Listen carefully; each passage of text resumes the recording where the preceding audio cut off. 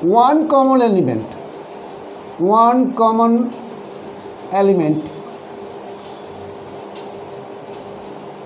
are called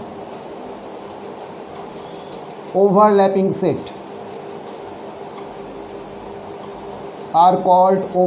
set, तो two sets have no common element called disjoint set, उसको represent करेंगे this type of drawing करके। और दोनों सेट जिसमें कि कॉमन एलिमेंट है, वन कॉमन एलिमेंट और more than one common element, जिसको हम रिप्रेजेंट करेंगे ऐसा। कॉमन रीजन में हम डाल देंगे कि कॉमन एलिमेंट को, और कॉमन रीजन का बाहर दूसरा नंबर को डालेंगे, दूसरा एलिमेंट को रखेंगे, तो जो सेट बन जाएगा उसको कहेंगे कि overlapping set. To sets have at least one common element are called overlapping set. Three sets represent of three sets by Venn diagram with a common element. A set considered a set A, one element है 1 2 3 4 5, considered set B 3 4 5 7, set C 3 5 8 element है।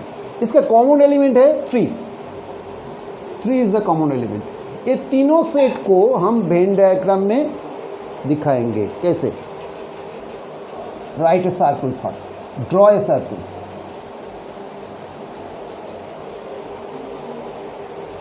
Draw another circle,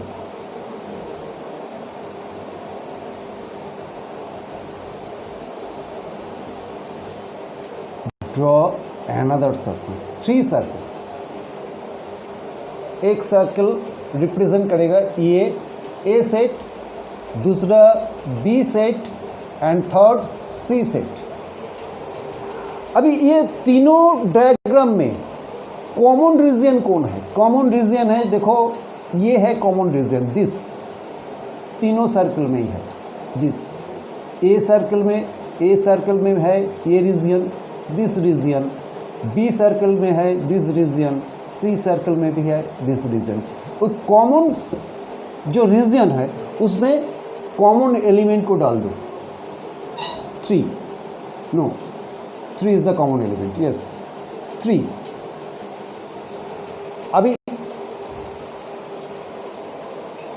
अभी देखो B और A and B में common कौन कौन है? 4 और 3, 4 एंड 3।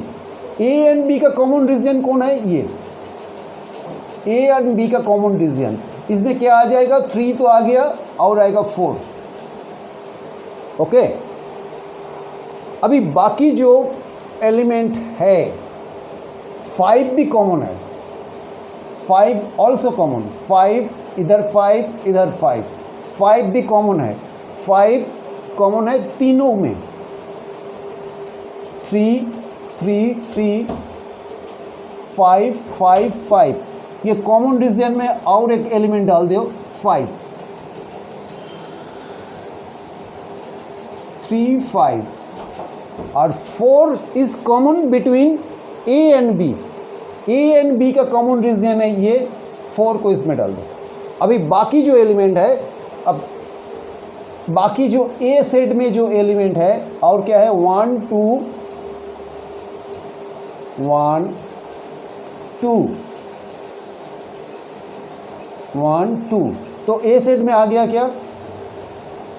1 2 1 2 3 4 5 ए सेट में आ गया।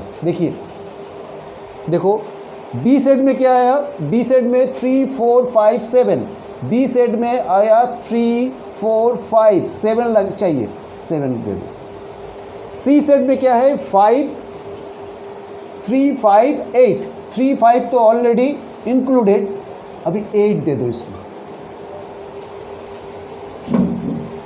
इन this way you can represent 3 set by Venn diagram.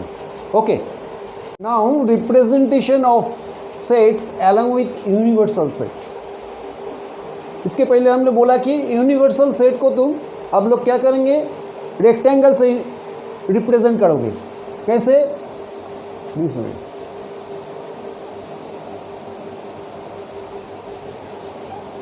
Universal set. इसमें क्या मेंबर है 1 2 3 4 और 1 और 3 ये दोनों एलिमेंट लेके बन गया क्या ए सेट। इसका अंदर एक सर्कल कर लो ए set.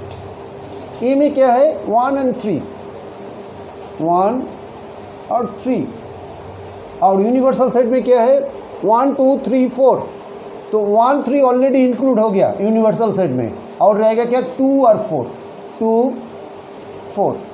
Okay, in this way you can represent a set along with universal set.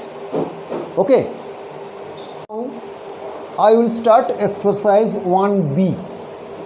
First question, answer the following from the adjoining Venn diagram. ये है Venn diagram आपका दे दिया है।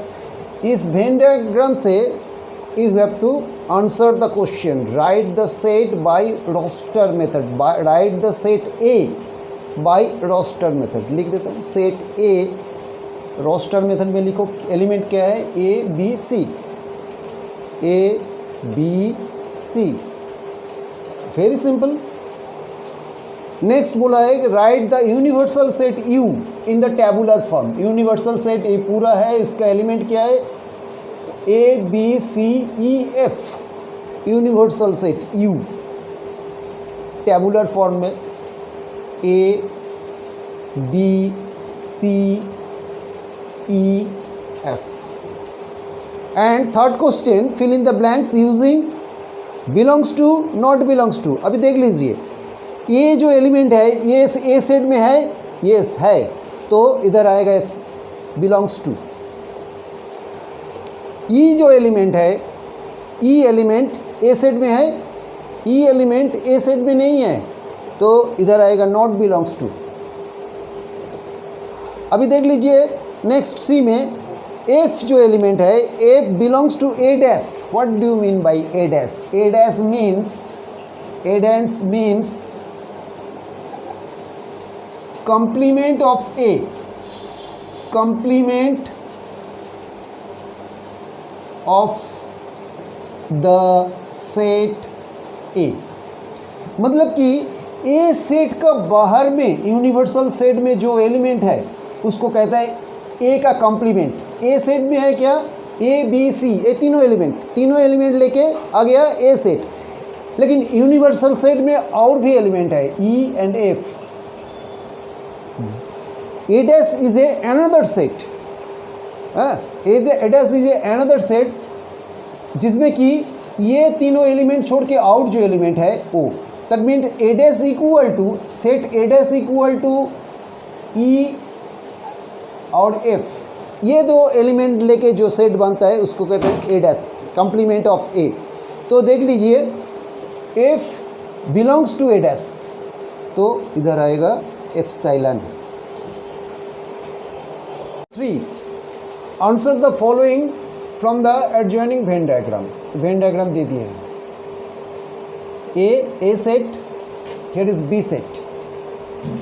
क्वेश्चन क्या किया write the set A and B in the tabular form. A very simple A and B in tabular form. A set में member देखिए क्या है P Q R S T. P Q R B में भी है ए में भी है और ए में भी एक्स्ट्रा है एस एंड टी। तो P Q R S T and set B का मेंबर क्या है P Q R only, P Q R. Okay, अभी बोला है कि write the members common to A and B. Members common to A and B, members common to A and B और common क्या है P Q R common. A set में भी है बी सेट में भी है P Q R. Okay, next sum में आते हैं। सम नंबर 5।